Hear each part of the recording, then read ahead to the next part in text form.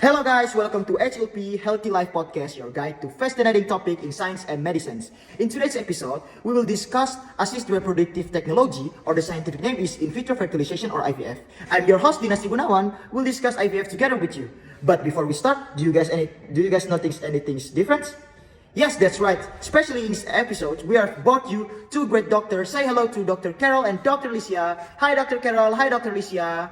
Hello. Hi. Do you guys ready to discuss IVF? Yes, of course. Okay, let's get started to the point of the video. So, as I know, in vitro fertilization or IVF is a procedure of fertilizing egg cells outside the body in the laboratory environment. Right, doctor? Yeah, that's right. In vitro fertilization is a fertilization process that occurs outside the body. In vitro fertilization is the joining of a woman's egg and man's sperm in a laboratory. But doctor, why the fertilization process is carried out of the body? Can the body do it naturally? Good question. Do you want to answer it? Of course, so it is done outside the human body because there are cases where married couples have difficulty having a child. This could be due to possible medical condition that causes blockage or damage to fallopian tubes, so that it does not allow natural fertilization to occur. So, the main goal of IVF is to help individuals or couple overcome the problem of infertility and achieve pregnancy, and it's used when other fertility treatments have failed, when there are certain medical conditions that prevent natural fertilization. Yeah, Yes, that's right. But why we have to do IVF? Aren't there many other ways to overcome this problem? Yeah, there are many other methods, but IVF is considered the most effective solution for infertility because of its ability to bypass certain reproductive barriers. This also direct manipulation of eggs and sperm in a controlled laboratory environment, thereby increasing the chances of successful fertilization, and the chance of IVF success is also high at around 40% for women under the age of 35. Oh, doctor, viewers at home must be curious about what they do in the laboratory so that they can make infertility couples can have children. I am curious too, because this is something new to me. So, what they do in the laboratory? The IVF process usually begins with ovarian stimulation, where medication is given to stimulate the ovaries to produce multiple eggs. These eggs are then removed from the ovaries using a minimally invasive procedure. Wait a minute! So they remove woman's egg cell from the uterus? Oh my god, this word is more getting sophisticated. But this is not the only surprise. Let me continue. While the egg is released, the male partner provides a sperm sample prepared in a laboratory to isolate the healthiest sperm. The retrieved egg cells and prepared sperm are then combined in a laboratory dish, where fertilization occurs.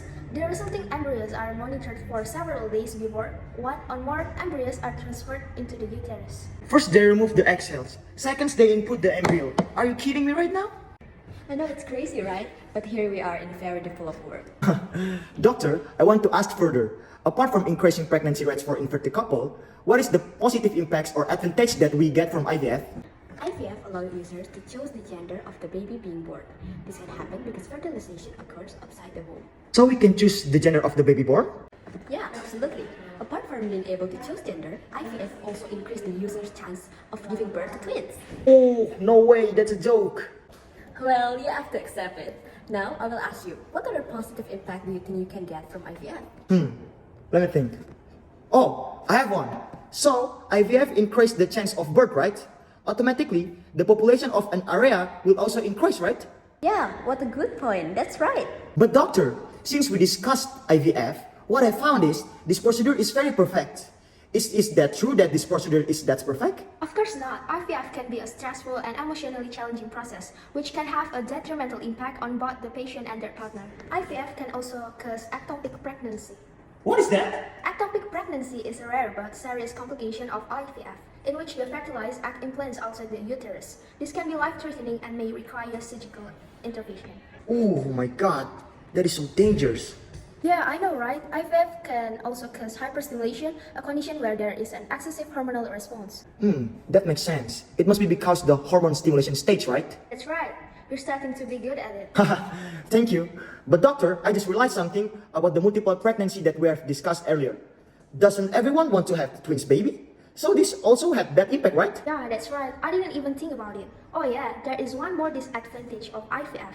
What is that? IVF is expensive. Remembering this procedure is what makes IVF very expensive from the start of the examination until the baby is born. Okay, after I observe and hear about the IVF, I come to the conclusion that in vitro fertilization has changed the landscape of reproductive medicines, offering hopes and possibility for many individuals and couples around the world. However, the IVF approach must be approached with careful consideration, weighing the potential benefits against the associated challenges. Yeah, Yes, that's right. It looks like after this you will get a doctor degree. You were the one asking us earlier, but now I want to ask you for your recommendation regarding IVF, especially in Indonesia. As a personal recommendation, I encourage anyone considering IVF to seek comprehensive information and counseling from qualified medical professional.